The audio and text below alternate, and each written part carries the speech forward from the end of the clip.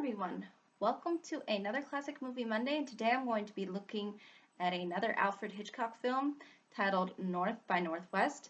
This is one of his more famous works and it's sort of been recognized as being one of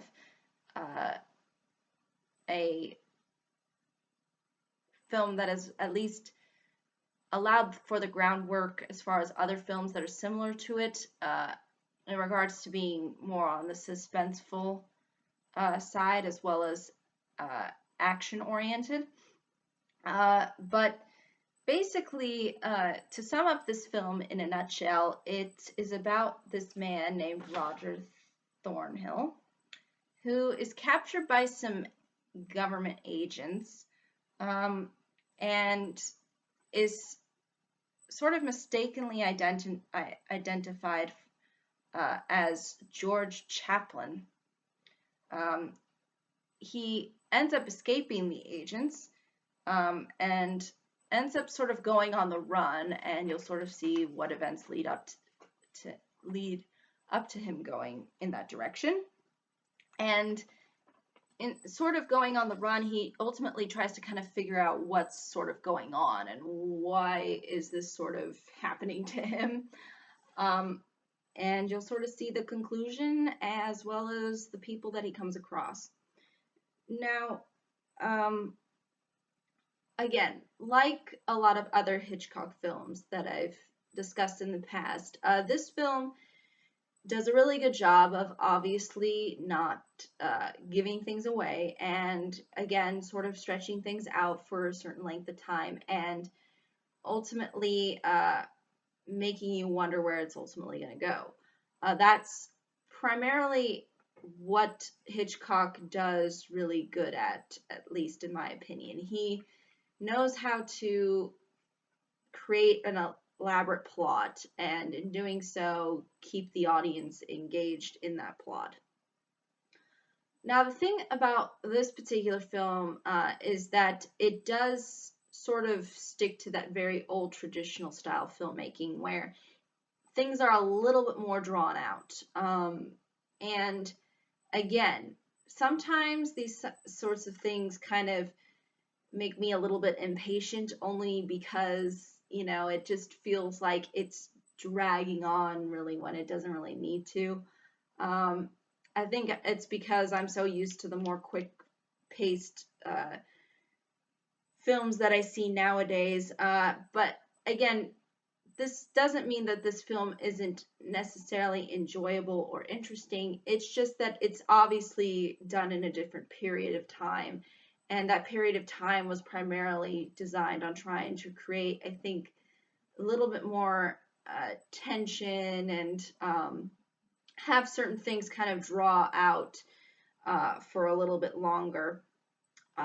And again, that can obviously be attributed to also the fact that, again, people were obviously limited back then as far as what they could do with effects and, where they could really, shoot and whatnot. So that's something that's important to note. Overall, although the characters are, I wouldn't necessarily title them as the most interesting of Hitchcock's characters, they still offer a good blend of different personalities that you can kind of gravitate towards. And again, you sort of have these whole lines being bridged of who's really the good guys and who's really the bad guys and whatnot. And they really, what also Alfred Hitchcock does, at least with this film, that also works really well, is the fact that not only does it draw things out, but it really leaves things till the way end. Like, you don't really know the ultimate conclusion until you watch the end. It really doesn't try to drag on the ending, but in a way it drags on the film to get to that specific ending. And again, I think it's just the fact that, again, I am used to more of the newer type films that this one kind of it doesn't, I would say that it doesn't engage me as much as something like The Birds or Psycho. But at the same time, I understand why it was popular during the time and why it still maintains this very high popularity, because it does know how to draw things out and leave you waiting until the way end, and sort of creating an ending that is simple and sort of to the point, as opposed to sort of um, getting to the ending earlier on. And it just shows you the amount of depth that sort of was part of a lot of the way in which these kinds of films were orchestrated over the years, um, because they are really, I think, more people oriented, because they do try to create these interesting setups that, although obviously some of them are a little bit over exaggerated and probably wouldn't happen in real life, you still get the sense that the dialogue and the way in which people sort of interact with each other is a little bit more authentic than a lot of filmmaking nowadays. And I think that's why a lot of people, again, really enjoy these kinds of approaches to filmmaking that are obviously a lot more traditional.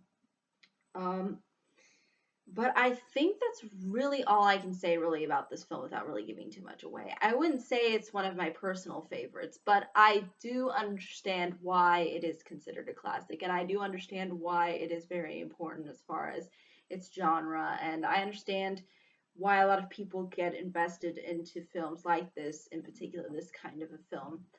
I guess I guess I just thought that the the more I think just when I just think that Alfred Hitchcock's other films are just a little bit more creative.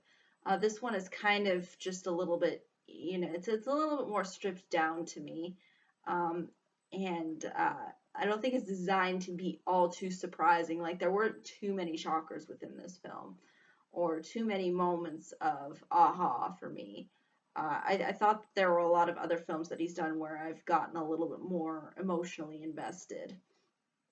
But that's just my honest thoughts. I'd be more than happy to hear what anybody else has to say.